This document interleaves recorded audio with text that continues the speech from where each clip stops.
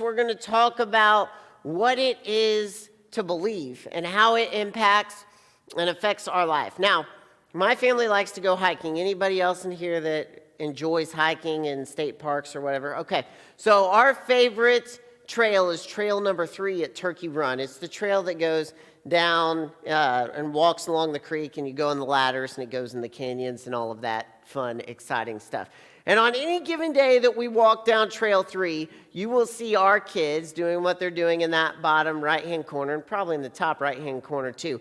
They'll be running and splashing and jumping in the water, right? Like any chance they get, if there's a little water, they're going to go jump in it and run and splash and laugh and all that good stuff. Now, Kirsten and I, though, when we walk this trail, we are a totally different story. We typically do not like to get our feet wet. Now, it's still our favorite trail because of the scenery and the ladders, and it's just a really cool trail.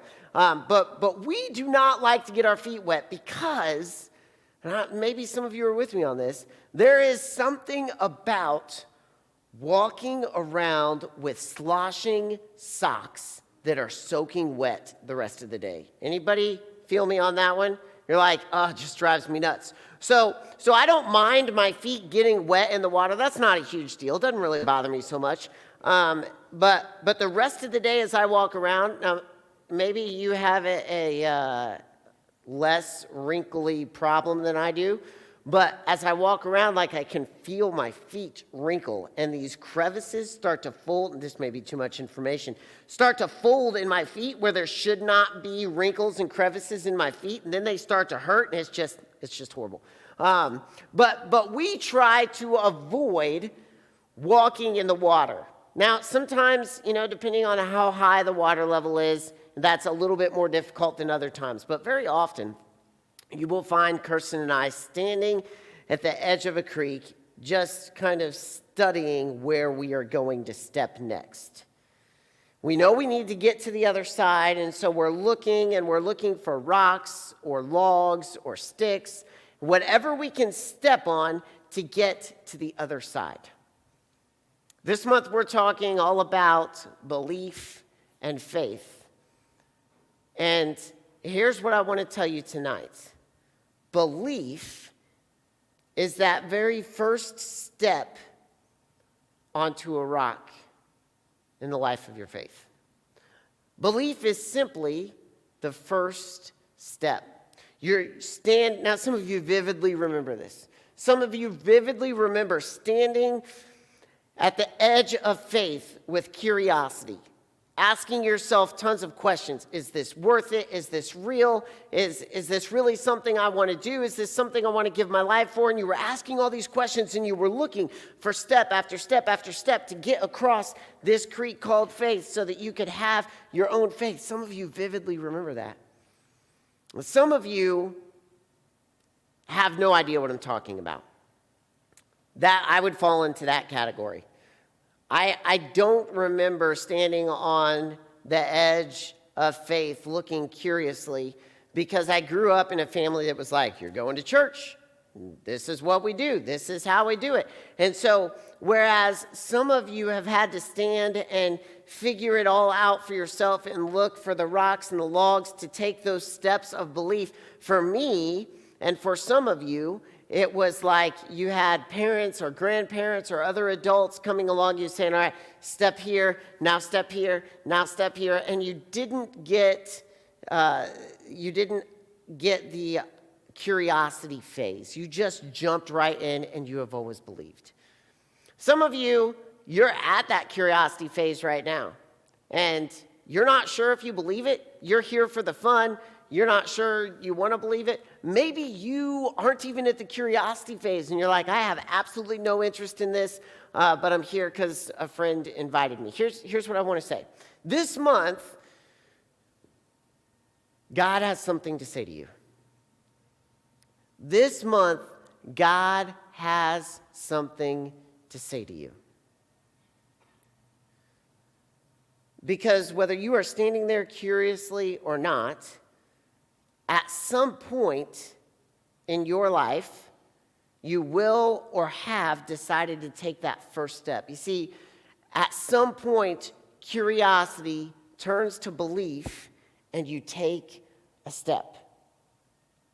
At some point, curiosity turns to belief and you decide, all right, I buy in. That is the first step in our faith.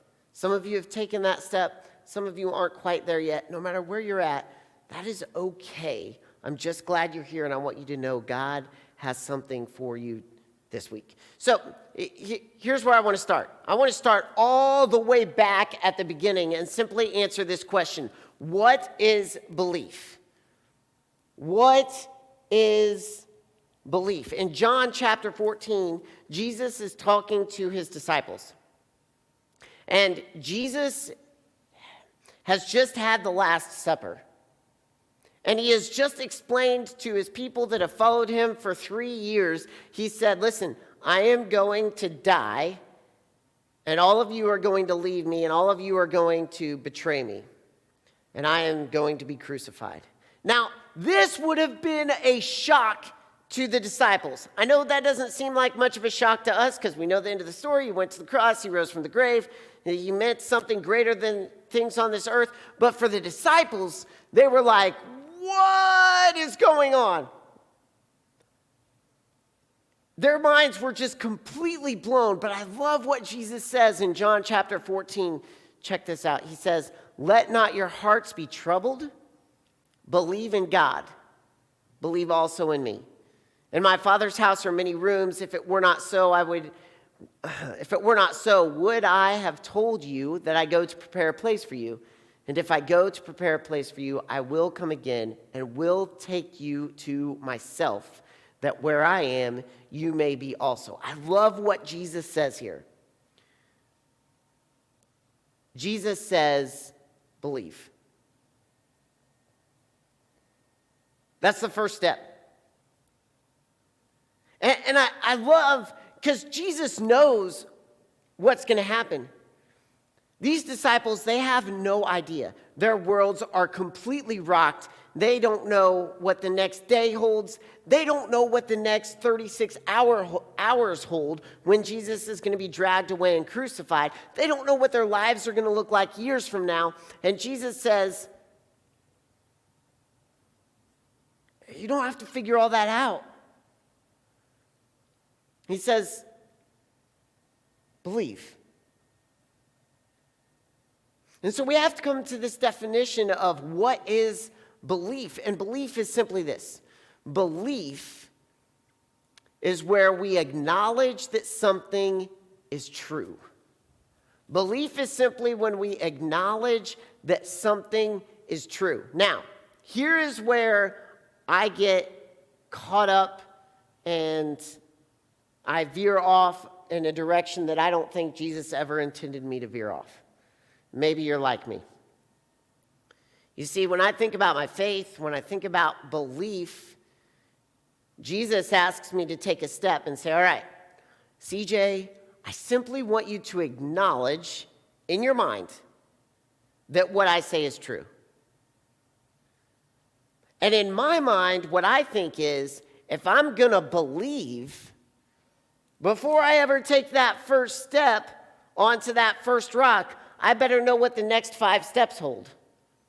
I better get my life in order so that I can take the first, second, third, fourth, fifth step, get all the way across the creek and follow down the trail and get across the next path. I better have my life together so that I can make it all the way to the end. And Jesus, you'll notice he doesn't say that to his disciples. He doesn't say, hey, you guys better be ready. You better be ready for the next 36 hours. You better have your life together. No, he just says, listen, I know you don't know what tomorrow holds. I know you don't know what the next 10 hours hold. Believe me. Acknowledge that what I say is true. Acknowledge that what I say is true. Guys, we don't have to have it all figured out. Our friends, and man, I've been so guilty of this. I've been so guilty of putting pressure on the people around me to take more steps with Christ than they are ready to take. They don't have to have their lives figured out. You see, Jesus made it very simple. He said, just acknowledge in your mind. Just say it. Just say it in your mind. It's true. All he's asking is for one step. That's it. Just acknowledge that what he says is true. And guess what, guys? When we take that first step and we take away the distractions of asking ourselves or other people to have the next 5 steps figured out, when we take that first step and we acknowledge that what Jesus says is true, he's going to be right there waiting for us saying, well done. Let's take another step together. And we're going to talk later this month about how our faith impacts our life. But tonight, I just want to bring it all the way down, all the way back to the very basics of simply saying, belief, the first step in our faith, is simply acknowledging in our minds what Jesus says is true. What Jesus says is true.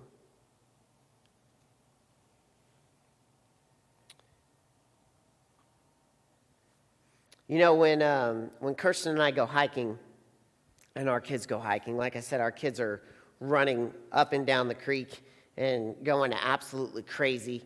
And Kirsten and I are very gingerly taking our steps. But the cool thing about hiking on a creek and the cool thing about taking it step by step with our faith is that as we go, we get more confident. At first, we're looking for the bigger rocks to make sure we are precise, we're not going to get wet at all. But by the time we're done, by the time we've zigzagged across the creek and stepped across trailways and all the different spots of water, we're stepping on rocks that are teeny tiny, and we're moving quicker, and we're moving with more confidence, and we're getting across the creek quicker, and it's just cool to see that progression. And that's what happens with our faith. When we take it one step at a time, we begin to move quicker. We begin to move with more confidence. God comes alongside us, and we see the way that he is working in our lives, and it is this beautiful, beautiful thing. And it all starts with belief, with simply saying what Jesus says is true. But sometimes, when we're hiking, I will step on a rock that is covered in moss. I will never forget one of the first times Kirsten and I went hiking together. One of the first times we went hiking together, I was trying to impress her because we were on a date. We weren't engaged. We weren't married.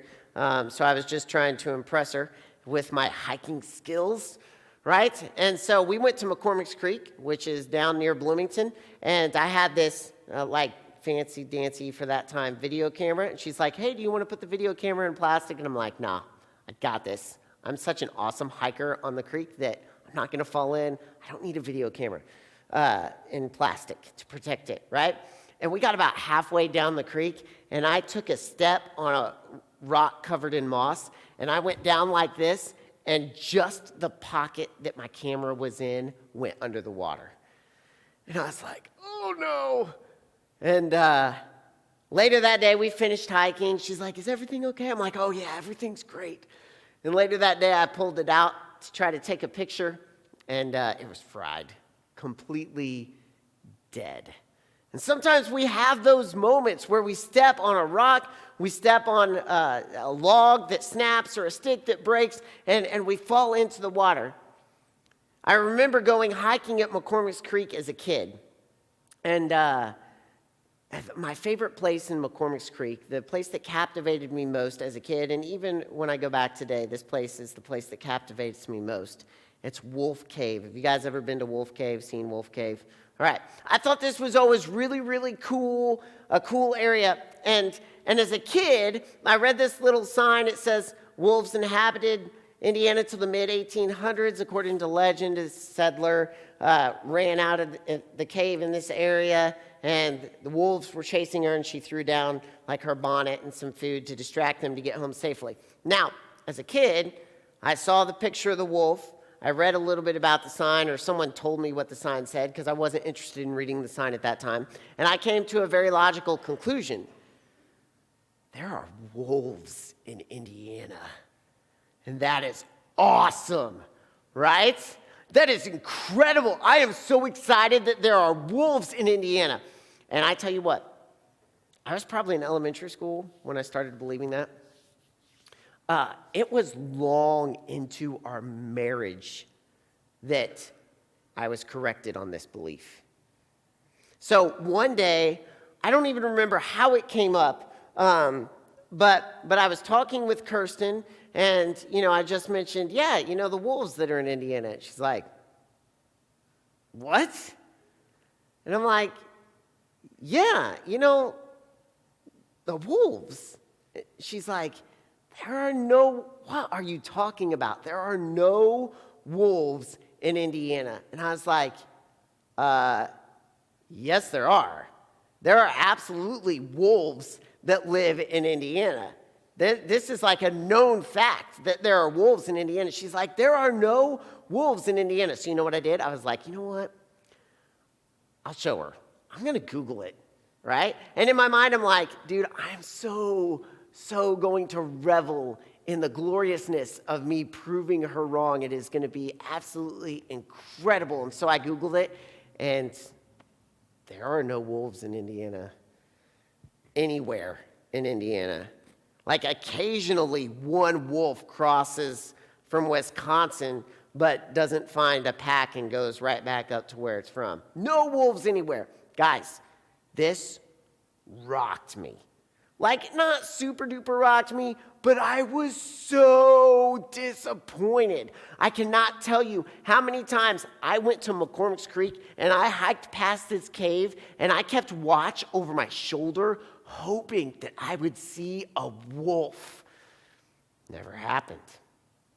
A part of me died in the fact that knowing that I would go to McCormick's Creek, and now I never wanted to be like attacked or chased or anything like that, but like, it'd be cool to see some yellow glowing eyes out of the darkness of that cave, right? It'd be awesome. I was so hopeful that at some point I would be walking down this trail past this cave and like, I'd just see a wolf just kind of back up into the darkness and be like, dude, that's so awesome. I was rocked. Never gonna happen. There's no wolves in Indiana. And sometimes we have our beliefs shattered, and it's just a silly thing, like there's no wolves in Indiana. But then there are other times. There are other times where our beliefs are challenged, our beliefs are broken, and we're not really sure what to do with it, and we're not really sure what it does with the rest of our life. There are times where we say, God is so loving, and if he is so loving, why do I feel so unloved? There are times where we think, if God really hears my prayers and answers me, then why am I not seeing anything change? There are times where our beliefs are questioned, where we say, man, I know that God forgives my sins, so why do I feel so much shame? And we have to come to terms with this idea of what do we do when our beliefs are tested? What do we do when our beliefs are challenged? Maybe you've had one of those moments where something that you've believed for so long is just challenged, tested, and you're not really sure what to do with it. I love John chapter 14 because this is where the disciples stood in this moment. The disciples stood in everything that they had believed about who Jesus was for the last 3 years was suddenly challenged. It was suddenly tested. They believed that he was going to be this earthly king that would come to power, that would set everything right. And Jesus had a much bigger plan, but they didn't see it. And so they thought that their beliefs were done for. And this is where the beauty of what Jesus says here to his disciples comes in. Jesus knows what they're thinking. Jesus knows that they're thinking, all right, why did we even follow you the last 3 years? What was the whole point of all your miracles? What was the point of you going and teaching and doing all these great things for you to just be crucified and dead in 3 years? And I love what Jesus does here. He says, don't worry. Let not your hearts be troubled. Believe. Believe in God. Believe also in me. And he goes on to talk about the future where in my Father's house there are many rooms, and I'm going to come and I'm going to take you to be with me that you can be where I am. And here's what I love about this. Jesus never scolds his disciples. Jesus never says, dude, you guys, can you not get with it? I have explained this like 100 billion times. This is not about an earthly kingdom. It's about something so much greater. How are you not understanding? He never says that. He just looks at them with these loving eyes and he says, I know you don't understand. Believe. I know you don't understand. Just acknowledge that what I say is right. That's it. Don't try to figure out anything further than that first step of acknowledging in your mind that what I say is right. You guys, we have so many friends that need the pressure let off. Where they can just say, all right, I don't know if I can go any further at this point, but I can at least acknowledge, and Jesus is right.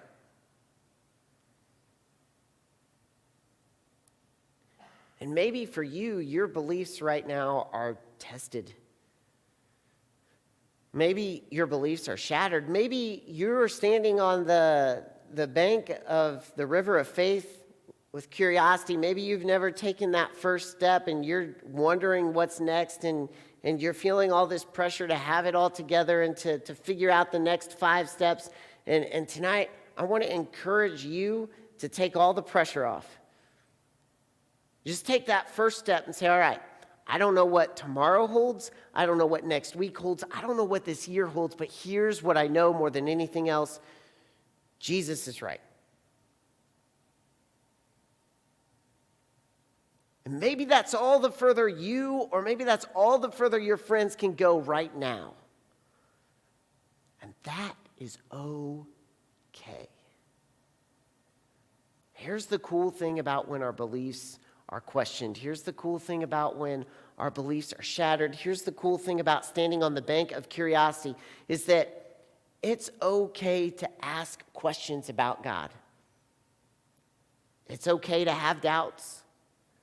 It's okay to have fears. It's okay to not have it all figured out. It's okay to not have it all together. Because at the end of the day, when we slip into the creek and our faith is tested and we've fallen off the rock and we take a step back and we have some questions and some things that we believed aren't quite what that we thought they were, if we can simply come back to this idea of, okay, this is not what I expected,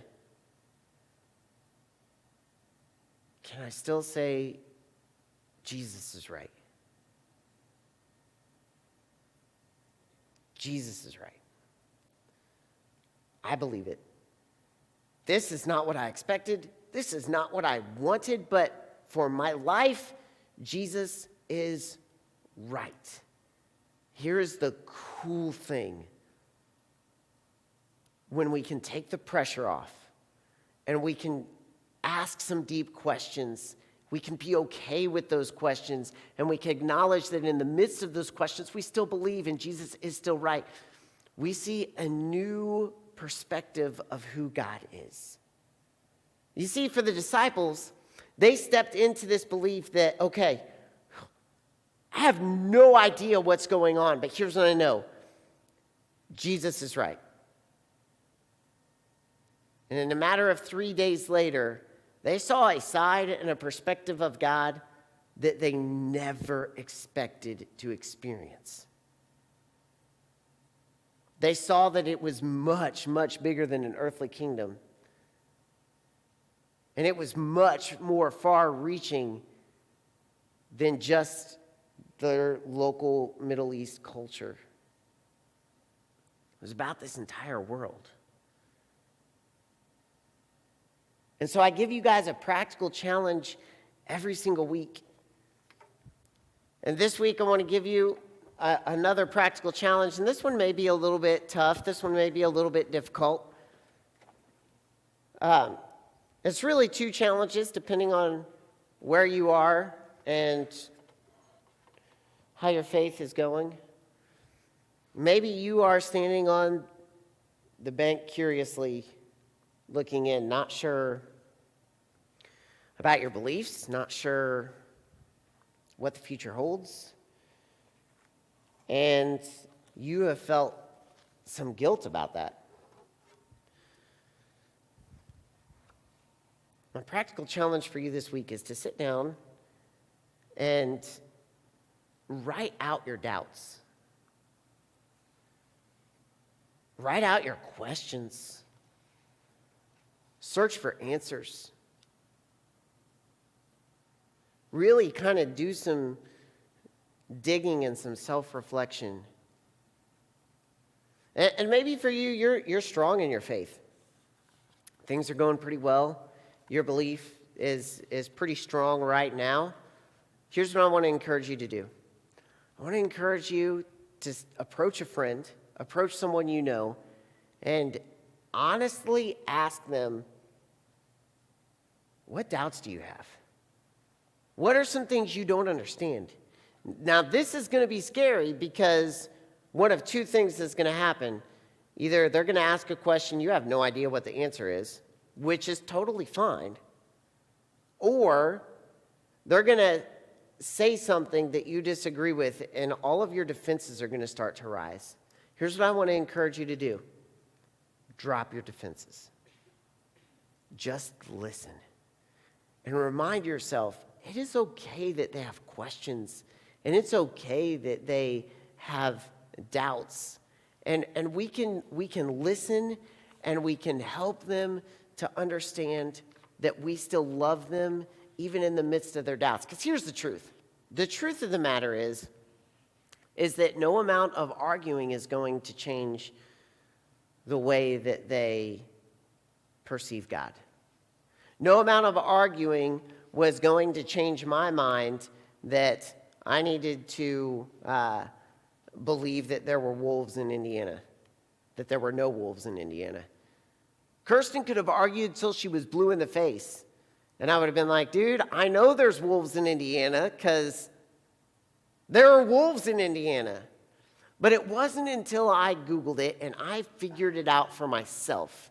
And sometimes what our friends need is someone that will just listen to their doubts as they work through them and not get defensive and not have all the answers, and just help them process their own faith so that they can figure it out for themselves. Because the first step in our faith, before we get to anything else, is simply acknowledging in our minds that Jesus is right. He is who he says he is. Let me pray for you, and then the band can come on up. God, thank you so much for taking the pressure off. I thank you for being patient as we work through our faith. I thank you for being a God that loves us and a God that is there for us. And God, I just thank you so much for your love. I thank you so much for being with us every step of the way as we take step by step by step with you. It's in Jesus' name we pray. Amen.